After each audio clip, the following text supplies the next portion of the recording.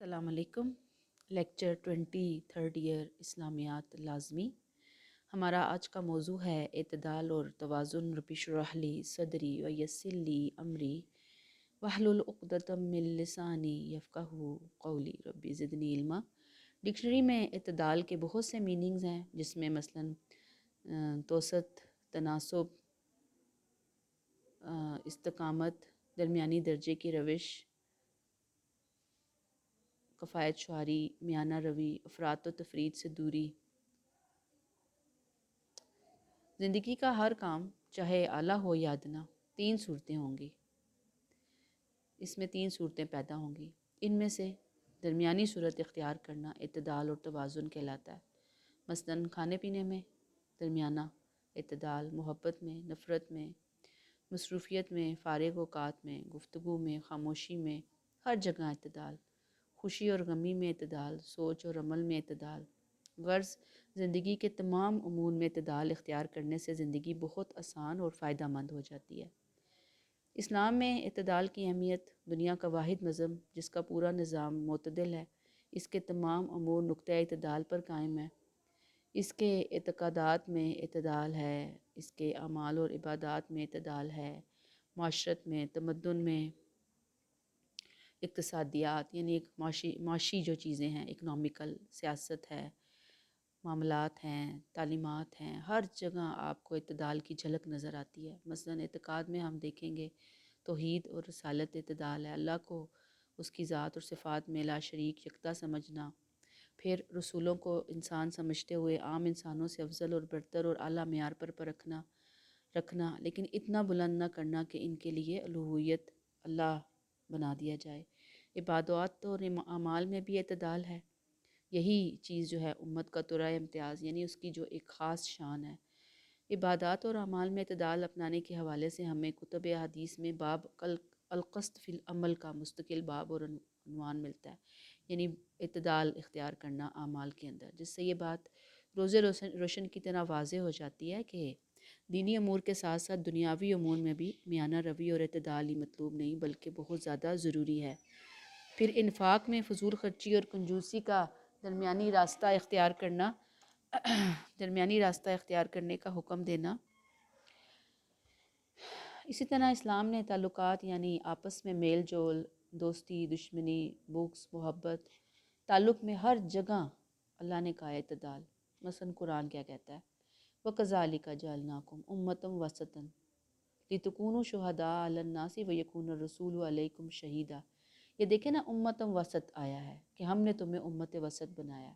بس یہ والی بات بھی کافی ہے یہاں سے اتنی لینی۔ اللہ نے کی عبادت میں اعتدال، دنیاوی امور میں داخل ہونے میں اعتدال، دنیا سے کٹ آف نہ ہونا، نہ پورے طور پر دنیا میں غرق ہو جانا کہ حقوق اللہ میں غفلت ہو اور اس کے فرائض و واجبات میں انسان بے توجہی برتے۔ وسطیت کیا ہے؟ یعنی اوسط ہونا کیا ہے؟ وہ اس امت کا اعتدال اور میانہ روی ہے، جو اللہ نے اپنے قرآن کے ذریعے اور نبی نے اپنی سنت کے ذریعے اس امت کو دیا ہے۔ وہ امت وسط یا وسطیت امت، دراصل جب کسی چیز کو وسط کہا جائے یعنی سینٹر، کہ یہ چیز وسط ہے، سینٹر ہے، مڈل ہے، وہ اپنی نوع میں سب سے بہترین قسم ہوتی ہے۔ درمیان والی چیز ہمیشہ سب سے بہتر ہوتی ہے۔ اگر وسط کوئی رائے ہے، عقیدہ ہے، عمل ہے، تو اس عمل میں وسطیت کا مطلب اس میں شدت نہیں ہے اور اس میں بے جا نرمی بھی نہیں ہے، نہ افراط ہے نہ تفریط، یعنی ایکسٹریمزم نہیں ہے، بلکہ ہم سے پہلے 2 امتیں گزری، یہود و نصارہ، اور دونوں کا حال قرآن میں آیا، اور یہ بھی ذکر ہے کہ ایک امت کے اندر تفریط تھی، یعنی ایک رخ پر وہ آگے چلی گئی تھی کہ وہ اللہ کی شریعت کی پرواہ نہیں کرتی تھی، اللہ سے کیے ہوئے عہد کو توڑتی تھی، اللہ کے انبیاء کو ناحق قتل کرتی تھی اور ان پر بہتان باندھتی تھی۔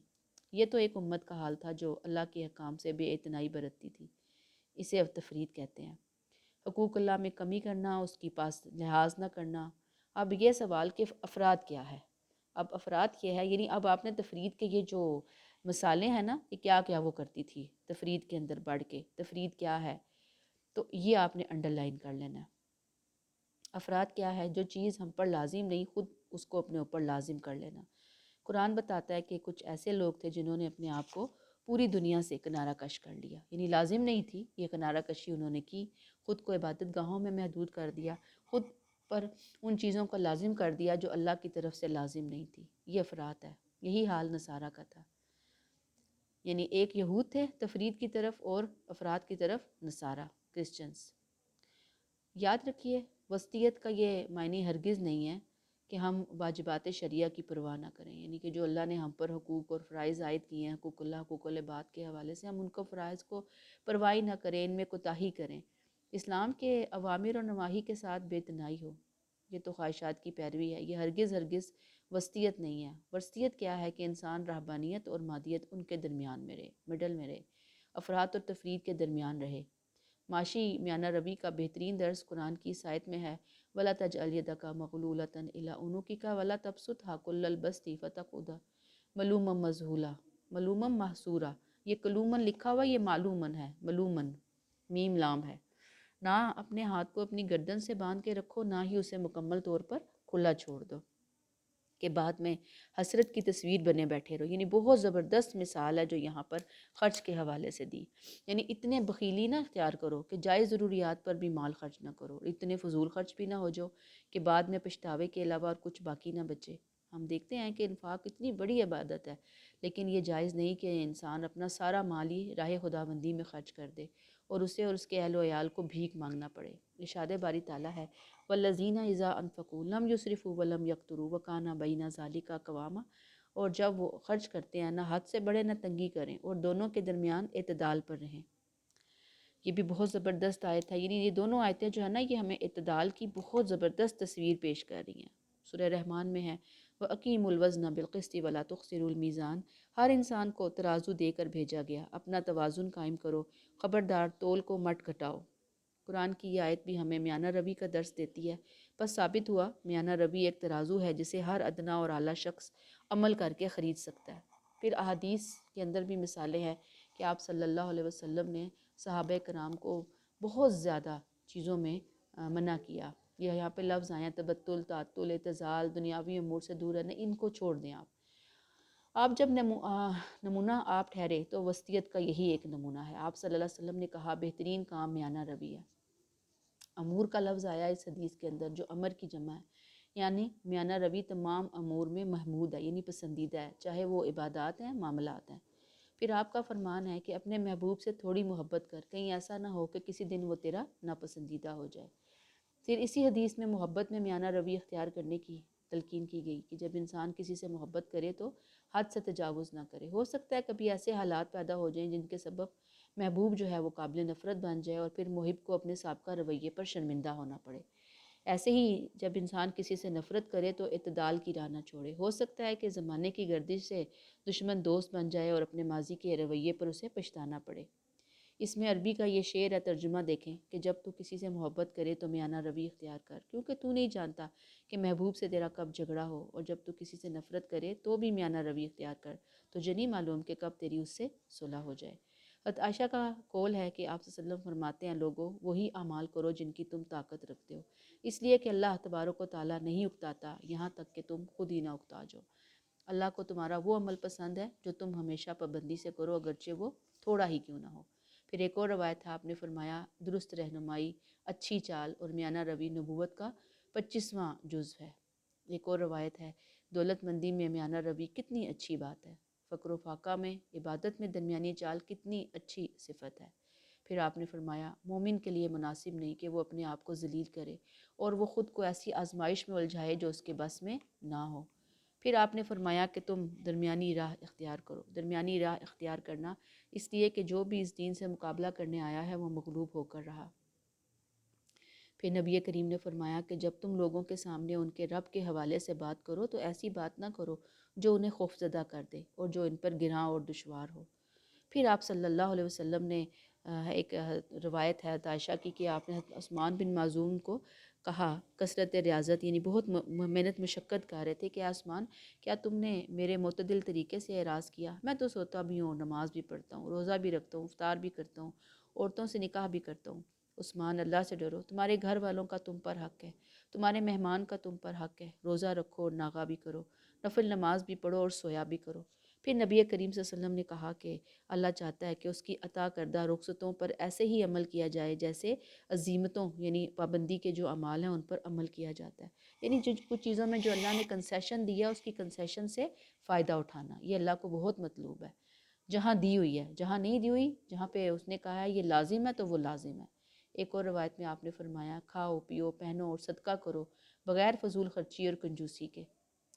یہ جو کنسیشن والی بات ہے نا، یہ جیسے کہ سفر میں ہیں تو آپ 4 فرض کی جگہ 2 فرض پڑھیں، تو یہ کنسیشن ہے اللہ کی طرف سے۔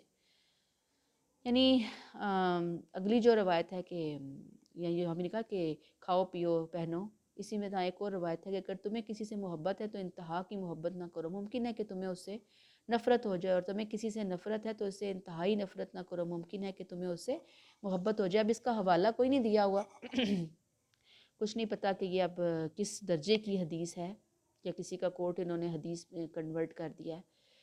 بہرحال بعض صحابہ کے بارے میں ہے کہ ان میں سے انہوں نے کچھ نے کہا ہم ہمیشہ روزہ رکھیں گے، افطار نہیں کریں گے، بعض نے کہا کہ ہم ہمیشہ پوری پوری رات نماز پڑھیں گے، آرام نہیں کریں گے۔ تو آپ نے جب اسے سنا تو بہت سخت ناپسند فرمایا۔ ایسے ہی ضمیر اور اعتدال ہے، ہر انسان کی فطرت اور طبیعت میں کشمکش پائی جاتی ہے، مثلا زندگی کے کسی بھی موڑ پر جب انسان کوئی گفتگو مسئلہ یا کوئی کام کرنے لگتا ہے تو اسے بیک وقت 2 طاقتوں کا سامنا کرنا پڑتا ہے۔ انسان ذہنی الجھن، کشمکش، ذہنی بیماریوں میں مبتلا ہو جاتا ہے۔ مثلا کوئی مسئلہ ہو یا کام جس کا حل کرنا مقصود ہو، دل کہتا ہے نہ کرو، دماغ کہتا ہے کر لو، تو ایسی صورت میں ایک تیسری طاقت یا آواز اس کی رہنمائی کرتی ہے، اسے ہم ضمیر کی آواز کہتے ہیں۔ ضمیر میانہ روی کا مرہون منت ہے، یعنی تیسری جو آواز ہے وہ میانہ روی کی ہوتی ہے۔ اعتدال اپنانے کے فائدے اب مثلا اس کو نمبرنگ دے دیں، اخلاق مضبوط ہوتا ہے، حقوق کا احساس ہوتا ہے، اعتدال پسند اگر کمائے گا رزق حلال، کمانے میں اخلاق فاضلہ کا خیال رکھتا ہے، رزق حلال کمایا جاتا ہے، وہ کوشش کرتا ہے کسی کی حق تلفی نہ ہو، ایسے ذریعے سے کمایا جائے جس میں مسلمانوں کا فائدہ ہو۔ پھر یہ اخراجات میں بھی تدبیر سے کام لیتا ہے، وہ سمجھتا ہے کہ راحت اور سکون اس بات میں نہیں کہ زیادہ لذیذ کھانا کھایا جائے، بلکہ اسے معلوم ہوتا ہے کہ راحت اور سکون میانہ روی کفایت شعاری میں ہے۔ اسی وجہ سے وہ صرف ضروریات زندگی پر دھیان دیتا ہے، خواہشات سے بچتا ہے، کیونکہ اسے معلوم ہے کہ خواہشات کو جتنا بڑھانا چاہو تو بڑھتی چلی جائیں گی۔ اگر اپنے نفس کو میانہ روی اور کفایت شعاری کا عادی بنا لیا جائے تو ہزارہا مصائب اور تکالیف سے نجات مل جائے گی۔ بلا شبہ مہنگائی ایک بہت بڑا مسئلہ ہے، مگر اس سے زیادہ سنگین ہماری فضول خرچیاں اور غیر ضروری اخراجات ہیں۔ اگر اپنے معاش اور گزر اوقات کے سلسلے میں صرف اسی ایک اصول کو زندگی کا حصہ بنا لیں تو آدھے سے زیادہ مسائل خود بخود حل ہو جائیں گے۔ یہ بھی ایک بہت بڑی حقیقت ہے کہ جتنا زیادہ مالدار گھرانہ ہو، عیاشی اور فضول خرچی بھی اتنی ہی زیادہ کی جاتی ہے، قرضے پیمانیاں پریشانیاں اتنی ہی ہوتی ہیں۔ ان سب کے پیچھے ایک ہی وصف میانہ روی اور کفایت شعاری کی کمی کار فرما ہوتی ہے۔ اب ظاہر بات ہے انہوں نے یہ جو ٹاپک اس کو لیا ہے وہ یہاں بکس کے نام لکھے ہیں، آپ اس کو دیکھ لیجئے گا۔ اچھا، یہاں پہ یہ ہمارے جو 10 ٹاپک میں نے آپ کو بتایا تھا انہوں نے ایڈ کیے ہیں، یہ ختم ہو گئے ہیں۔ اس کے حوالے سے میں آپ کو بس ایک ہی ٹپ دینا چاہوں گی، وہ یہ ہے کہ ہر ٹاپک کا لغوی اور اصطلاحی معنی یاد کر لیں، پھر دیکھیں قرآن کیا کہتا ہے، قرآن کی کوئی آیت ہے، ترجمہ ہے، اس کو رٹا لگا لیں۔ پھر آپ دیکھیں اسوہ رسول صلی اللہ علیہ وسلم کیا ہے، اگر کوئی آپ کا اسوہ ملتا ہے، عمل ملتا ہے، ان کو ہائی لائٹ کر لیں لازمی۔ پھر آپ دیکھیں کہ نبی کریم صلی اللہ علیہ وسلم کا کوئی قول فرمان ہے، اس کو آپ ہائی لائٹ کر لیں۔ پھر آپ دیکھیں گے کسی بزرگ کی کوئی کوٹیشن کوئی قول ہے، پھر اینڈ میں آپ اس کو ہائی لائٹ کر لیں۔ یعنی ہر ٹاپک میں ان چیزوں کو آپ رٹا لگا لیں۔ اس کے بعد پھر آپ دیکھیں کہ ہیڈنگز کون کون سی آ رہی ہیں، ہیڈنگز کو لیں اور ہیڈنگز کے اندر جتنی چیزیں ہیں پھر آپ ان کو جو ہے نا وہ جو بس مناسب طریقے سے پاس ہونا چاہتے ہیں اس میں سے 2 3 لائنیں اس ہیڈنگ کی مناسبت سے اس کو یاد کر لیں، یعنی ہیڈنگز ساری لے لیں، ٹھیک ہے، اور جو پوائنٹس میں نے آپ کو کہا ہے اس کو ضرور لے لیں۔ اس کے بعد بیچ کی جو بہت ساری ڈیٹیلز ہیں جو کہ اپنے سمجھنے کے لیے ہیں، اس میں سے اس کا خلاصہ جسٹ نکالیں اور نکال کے آپ اس ہیڈنگ کے اکارڈنگ اس کو ایڈجسٹ کر لیں، ٹھیک ہے جی۔ تو یہ آپ کا ٹاپک سارے ٹاپکس جو ہیں وہ تیار ہو جائیں گے۔ تو ہمارا یہ ٹاپک کمپلیٹ ہو جاتا ہے۔ اگلا جو ہے ہمارا ہے وہ اسلامی تہذیب کے عالمی اثرات ہیں، اس کے اندر ہمارے 3 میجر ٹاپکس ہیں، مخصوصاً فکری اثرات ہیں، علمی اثرات ہیں، عصری تہذیبی کشمکش اور اسلام ہے۔ تو اسلامی تہذیب و ثقافت کے عالمی اثرات کو ہم دیکھتے ہیں کہ یہ کھلی حقیقت ہے کہ اس وقت دنیا میں صرف ایک ہی تہذیب ہے جس نے دنیا کی تمام تہذیبوں پر اپنا بہت خوشگوار اثر چھوڑا ہے۔ اس کے شعبہ ہے زندگی میں اسلامی تہذیب کے ابدی اور فطری اصول کار فرما ہیں۔ اسلامی تہذیب قومی، ملکی یا نسلی تہذیب نہیں بلکہ بین الاقوامی اور بین الملکی تہذیب ہے۔ ہر وہ شخص جو توحید، رسالت اور یوم آخرت پر ایمان رکھتا ہے اسلام کے قصر قومیت میں داخل ہو سکتا ہے۔ اسلامی تاریخ کے مطالعے کے دوران یہ عجیب منظر دکھائی دیتا ہے کہ مختلف نسلوں اور قوموں کے فرزند اسلام کا پرچم اٹھائے فاتحانہ انداز میں قدم بڑھائے چلے آتے ہیں۔ ہاشمی، اموی، عباسی، سلوکی، یہ مختلف قوموں کے نام ہیں نا، یہ مختلف لوگ آئے ہیں۔ آل بویہ، افغان، مغل، جانے کتنے ہی لوگ خاندان آئے ہیں اسلامی تہذیب و تمدن کی پاسبانی کا فرض انجام دیتے۔ ایک قوم تھکتی ہے تو دوسری قوم آگے بڑھ کر اسلام کا جھنڈا اٹھا لیتی ہے، اسلام کی جو مشعل درخشاں ہے، یعنی جو ایک روشنی ہے، مشعل ہے، اس کو تھام لیتی ہے۔ دنیا کی دوسری تہذیبیں صرف ایک قوم یا ایک نسل کے سپوتوں، یعنی جو ان کے بچے ہیں یا افراد ہیں، ان کے کارناموں پر فخر کر سکتی ہیں، لیکن اسلامی تہذیب ان گنت قوموں اور نسلوں کے ان تمام مشاہیر، یعنی بڑے بڑے پرومیننٹ نام آئے ہیں اور بے شمار قومیں اور نسل آئی ہیں جنہوں نے تاریخ کے مختلف ادوار میں اسلامی تہذیب کا عالی شان محل تعمیر کرنے کی خدمت انجام دی ہے۔ امام بخاری، امام جعفر صادق، امام ابو حنیفہ، خلیل، سویبع، الکندی، فارابی، ابن سینا، ابن خلدون۔ اب یہ سارے ناموں کو آپ نے رٹا لگانا ہے جب آپ نے یہ والا ٹاپک تیار کرنا ہے۔ ابن تیمیہ، رومی، سعدی، شیخ احمد سرہندی، شاہ ولی اللہ، یہ سب اسلام کے مایہ ناز فرزند کہلاتے ہیں، حالانکہ یہ مختلف قوموں اور نسلوں سے تعلق رکھنے والے ہیں۔ یعنی باقیوں کے پاس تھوڑے لوگ ہیں، ہمارے پاس قومیں، نسلیں، لوگ بھرمار ہیں جنہوں نے اسلامی تہذیب کی پاسبانی کا فریضہ سر انجام دیا ہے۔ اب ہم اس کے عالمگیر اثرات کو دیکھتے ہیں کہ مشرقی ملکوں پر بہت سی قوموں نے اقتدار حاصل کیا، قبضہ کیا۔ ایران، یون، روم میں مختلف زمانے میں ان پر حکومت کی، مگر ان ملکوں پر ان کا تہذیبی اثر بہت کم ہو پڑا۔ نہ وہ اپنا مذہب پھیلا سکے، نہ اپنی زبان اور نہ اپنے علوم و فنون اور صنعت کو فروغ دے سکے۔ مصر بطلیموسیون اور رومیوں کے زمانے میں، اب یہ بطلیموسیون اور رومی یہ ان لوگوں کا لقب تھا کہ نہ صرف اپنے مذہب پر قائم رہا بلکہ خود فاتحین نے مفتوحہ قوموں کا مذہب اور طرز تعمیر اختیار کر لیا۔ چنانچہ ان دونوں خاندانوں نے جو عمارتیں تعمیر کی وہ فرعونہ کے طرز کی تھی، لیکن جو مقصد یونانی، ایرانی اور رومی مصر میں حاصل نہ کر سکے وہ عربوں نے بہت جلد اور بغیر کسی جبر کے حاصل کر لیا۔ یعنی جو عمارتیں وغیرہ تھیں وہ اپنی نہیں تھی، وہ انہی کی طرز تعمیر جو ہے انہوں نے اختیار کیا۔ مصر جس کے لیے کسی غیر قوم کے خیالات قبول کرنا بہت دشوار تھا، اس نے ایک صدی کے اندر اپنا 7,000 سال پرانا تمدن چھوڑا۔ اس کو انڈر لائن کریں گے، ایک نیا مذہب، نئی زبان اختیار کر لی جو زمانے کے انقلابات کے باوجود اب تک قائم ہے۔ یہی وجہ ہے کہ انہوں نے افریقہ کے ملکوں اور شام اور ایران پر بھی اثر ڈالا۔ ان سب میں تیزی کے ساتھ اسلام پھیل گیا، بلکہ جن ملکوں سے وہ گزر گئے، مثلاً چین تک میں جہاں ان کی حکومت کبھی قائم نہیں ہوئی تھی اور عرب محض تاجر کی حیثیت سے آتے چلے جاتے تھے، اسلام پھیل گیا۔ تاریخی عالم میں مفتوح قوموں پر کسی فاتح قوم کے اثرات کی ایسی مثال نہیں ملتی۔ ان تمام قوموں نے جن کا عربوں سے صرف چند ہی دنوں کے لیے واسطہ رہا ان کا تمدن قبول کر لیا، بلکہ بعض فاتح قوموں تک نے، مثلاً ترک، مغل وغیرہ، جنہوں نے مسلمانوں کو فتح کرنے کے بعد نہ صرف ان کا مذہب اور تمدن اختیار کر لیا بلکہ ان کے بہت بڑے حامی بھی بن گئے۔ علامہ اقبال نے شعر کہا ہے، ایاں یورش تاتار کے افسانے سے، پاسباں مل گئے کعبے کو صنم خانے سے۔ آج بھی جبکہ صدیوں سے عربی تمدن کی روح مر چکی ہے، بحر اٹلانٹک سے لے کر دریائے سندھ اور بحر متوسط سے لے کر افریقہ کے ریگستان تک ایک ہی مذہب اور ایک زبان جاری ہے، اور وہ پیغمبر اسلام کا مذہب اور ان کی زبان ہے۔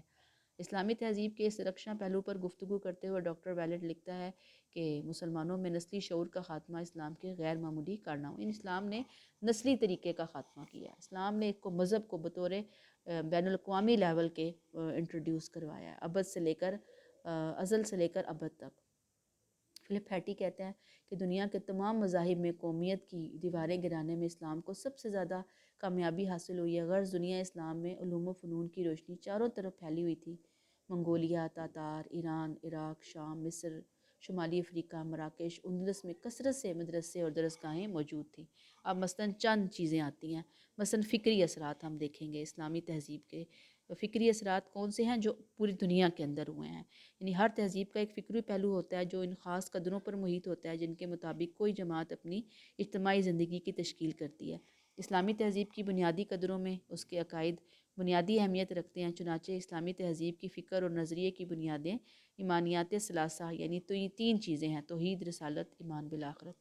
اصل فکری بنیادیں کیا ہیں؟ نمبر 1، اس میں آ جاتا ہے سب ہیڈنگ عقیدہ توحید ہے، یہ اب آپ خود تیار کریں گے۔ پیچھے بھی میں نے آپ کو بتایا تھا اسلامی تہذیب کے عوامل اور عناصر کے اندر رسالت محمدی ہے، پھر ایمان بالآخرت ہے، پھر اس کے اثرات ہیں، ٹھیک ہے، پھر جداگانہ فکری بنیاد ہے، یہ جداگانہ فکری بنیاد اس کو چھوڑ دیں، پھر دیگر مذاہب پر اثرات ہیں، یہاں سے اس کو اب آپ اٹھائیں کہ اسلامی جو عقائد اور افکار ہیں اس سے صرف مسلمان ہی فائدہ نہیں اٹھاتے بلکہ اس کے اثرات انہوں نے بھی قبول کیے جنہوں نے اسلام لانے کا اقرار نہیں کیا۔ آج دوسرے مذاہب کے لوگ رسماً اور نام کے طور پر ان مذاہب کے پیروکار ہیں، ورنہ وہ اپنے مذہب کے خلاف جو عقلی عقائد ہیں ان پر یقین نہیں رکھتے۔ غیر مسلموں میں توہم پرستی بھی اب بہت کم رہ گئی ہے۔ یہ اسلامی کا احسان ہے کہ ہندوستان میں اسلام کی تعلیم توحید سے متاثر ہو کر برہم و سماج کی تحریک چلی، اس کو انڈر لائن کر لیں گے۔ یعنی اب ہم نے پہلے پڑھا کہ اسلام کی جو فکری اثرات ہیں پوری دنیا میں، ان میں سب سے امپورٹنٹ ہمارے پاس بنیادیں کیا ہیں، رولز اینڈ ریگولیشنز کیا ہیں، ان رولز اینڈ ریگولیشنز نے پوری دنیا پر کیا کیا اثرات مرتب کیے، تو اس میں ہمارا جو قریب ترین ہمسایہ ملک ہے انڈیا، ہم نے اس کے حوالے سے بات اٹھائی۔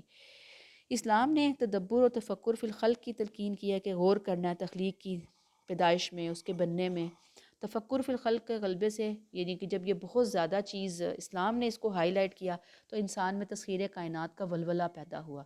یہ اب اسلام کا فکر ہے نا، فکر ہے جدید علوم اور فنون اسلام ہی کی تعلیمات کی باز گزشت ہے۔ شرف انسانیت کا معاملہ ہے، مساوات کا معاملہ ہے، حریت فکر یعنی آزادی فکر کا معاملہ ہے۔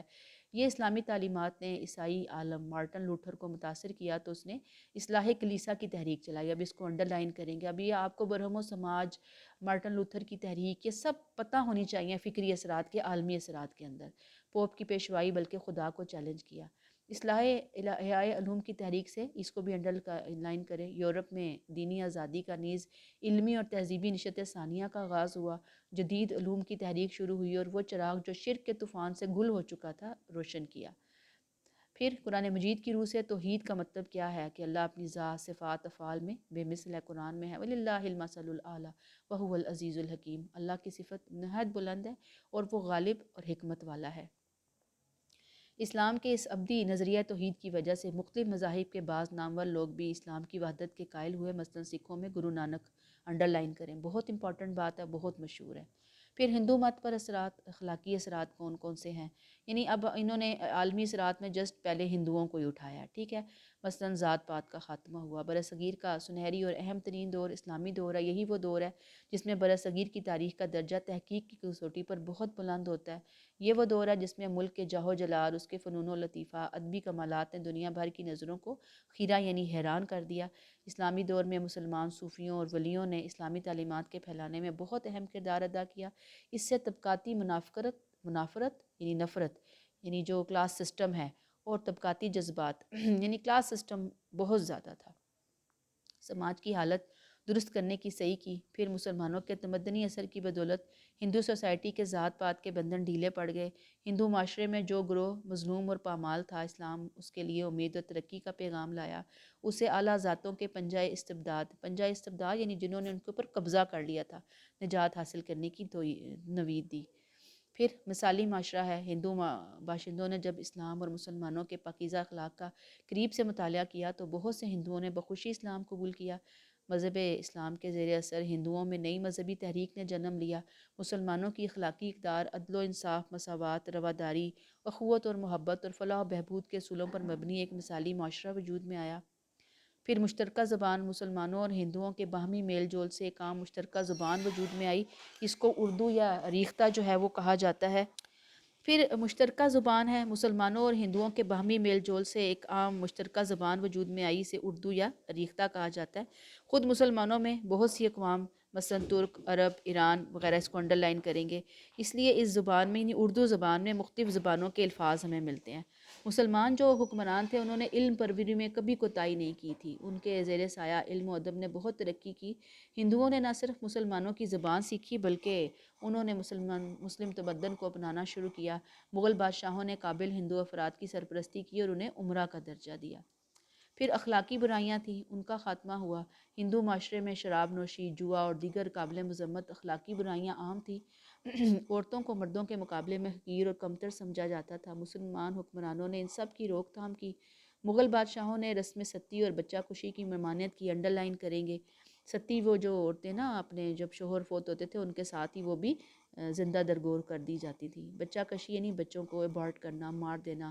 اوہام پرستانہ یعنی توہم پرستی تھی، بلی گزر گئی کالی، کوا بول رہا ہے یہ ہوگا، ان کی تنسیخ کی، ختم کیا۔ ہندو معاشرے کی اخلاقی اقدار بلند کی۔ مسلم امراء میں تہذیب اور آداب کا خاص خیال رکھا جاتا تھا۔ غیر ملکی سیاح اور مورخ ان کی شائستگی اور خود ارادی سے بہت متاثر تھے۔ ان کی گفتگو میں بے حد مٹھاس اور دھیما پن تھا۔ پھر علم پروری آ جاتی ہے۔ مسلم سلاطین نے علم پروری میں بھی کوتاہی نہیں کی، بہت زیادہ علم و ادب نے ان کے زیر سایہ ترقی کی۔ ملک کے مختلف گوشوں میں علم و فن اپنے مخصوص حالات کے زیر اثر پروان چڑھنے لگا۔ امن و امان، خوشحالی اور اقتصادی بہبود کے اثرات سارے ملک میں پھیل گئے۔ پھر آتا ہے سماجی اور معاشرتی اثرات۔ اب یہ ہر ایک اثرات، فکری اثرات، اخلاقی اثرات، سماجی اور معاشرتی اثرات، یہ عالمگیر اثرات ہم پڑھ رہے ہیں، ٹھیک ہے جی۔ معاشرتی اثرات: مسلمانوں کی آمد سے سیاسی وحدت اور انتظامی یکسانیت پیدا ہوئی۔ سارے ملک کے طرز معاشرت میں یکجہتی پیدا ہو گئی، جیسے کہ ایک مشہور کوٹ ہے، جیسا راجا ویسی پرجا، یعنی عوام بالخصوص امراء ہر بات میں حاکم قوم کی پیروی اختیار کرتے ہیں، یعنی ایلیٹ قوم کلاس کے پیچھے چل رہے ہوتے ہیں، انہی کے ٹرینڈ، انہی کے فیشنز کو فالو کیا جا رہا ہوتا ہے۔ ایسے ہی مسلمانوں کی طرز زندگی کی تقلید کی گئی۔ سماج کے اعلیٰ طبقوں میں طرز معاشرت، لباس میں یکسانیت پیدا ہوئی۔ مسلمانوں سے قبل ہندو لباس کے معاملے میں بہت پسماندہ تھے، وہ اپنے جسم کو ایک یا دو چادروں سے ڈھانپتے تھے۔ مسلمانوں نے پہلی دفعہ، انڈر لائن کیجئے، لباس سینے کا طریقہ رائج کیا، زرق برق لباس کو عام کیا۔ پھر طبقاتی تقسیم کا خاتمہ ہوا۔ مثلا ہندو معاشرہ جو ہے وہ ذات پات کا شکار تھا، یعنی کلاس سسٹم بہت زیادہ تھا، سماجی ناانصافی تھی، مساوات نہیں تھی، بہت زیادہ بندشیں تھیں۔ پورا ہندو سماج چار ذاتوں میں تقسیم تھا، انڈر لائن کریں گے اس کو۔ چار ذاتیں مزید پھر مزید ذاتوں میں تقسیم ہو چکی تھی۔ مشہور مسلم مورخ ہیں ابو ریحان البیرونی، انڈر لائن کیجئے، جو سلطان محمود غزنوی کے زمانے میں، انڈر لائن کیجئے، برصغیر پاک و ہند میں آیا، جس نے ہندو معاشرے کا بڑی دوربین نگاہوں سے مطالعہ کیا، لکھتا ہے ہندو سوسائٹی میں بڑی ذاتوں کے علاوہ ذیلی ذاتوں کی تعداد 3000 کے قریب، انڈر لائن کیجئے۔ گویا پورا معاشرہ مختلف طبقات میں بٹا ہوا تھا، ایک حکمران طبقہ، دوسرا امراء وزراء کا طبقہ، تیسرا محکوم اور رعایا کا طبقہ۔ اسلام نے معاشرتی نظام زندگی سنوارنے کے لیے طبقاتی تقسیم کو ختم کیا۔ اسلام نے تمام بنی آدم کو ایک اصل کی مختلف شاخیں قرار دیا، روئے زمین کے تمام انسان آخرت کی لڑی میں منسلک کر دیے۔ ارشاد باری تعالیٰ ہے، اے لوگو اپنے پروردگار سے ڈرو، جس نے تم کو ایک نفس سے پیدا کیا اور اس سے اس کا جوڑا پیدا کیا، اور ان دونوں سے بہت سے مرد اور عورتیں پھیلائیں۔ نبی کریم نے فرمایا انسان سب آپس میں بھائی بھائی ہیں۔ پھر اشاعت اسلام یہی اس میں آ جائے گا، یعنی کہ جو ہم پڑھ رہے ہیں نا، معاشرتی اور سماجی اثرات میں اشاعت اسلام کیا ہوا کہ مسلمانوں نے اپنی دینی رواداری اور فیاضی سے برصغیر کے کٹر اور سخت کی لوگوں کو اسلام کی طرف مائل کیا۔ نتیجہ کیا ہوا؟ بے شمار برہمن اور بدھ، بڑے بڑے جو لوگ تھے نا ان کے اندر، پنڈت جو لوگ ہیں، حلقہ بگوش اسلام ہوئے۔